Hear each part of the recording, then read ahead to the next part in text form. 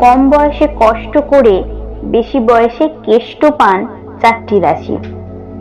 এই 4টি রাশির নাম আজকে ইউনিভার্স তোমাদেরকে জানাচ্ছে।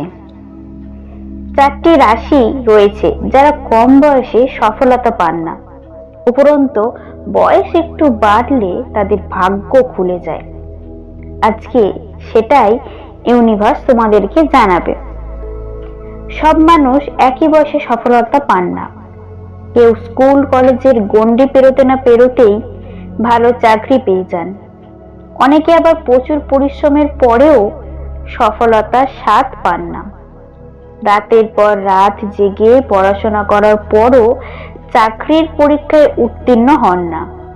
এর প্রভাব তাদের মনের উপর পড়ে।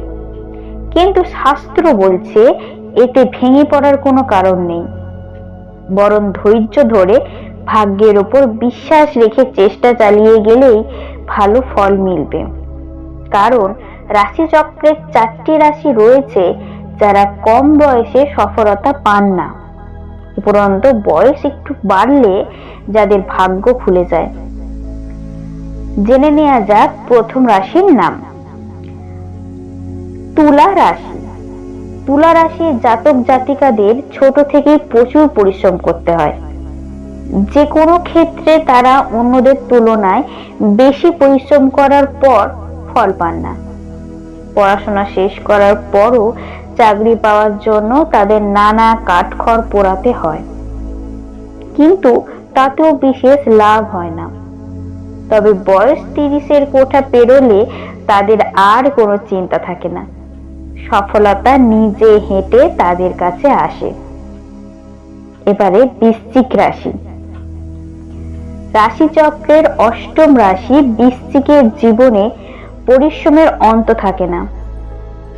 কম বয়সে চাকরি পেয়ে গেলেও এই চাকরি মনের মতো হয় না। পর্যাপ্ত পরিশ্রমের উপযুক্ত ফলও এই রাশির ব্যক্তিরা কম বয়সে সাধারণত পান না।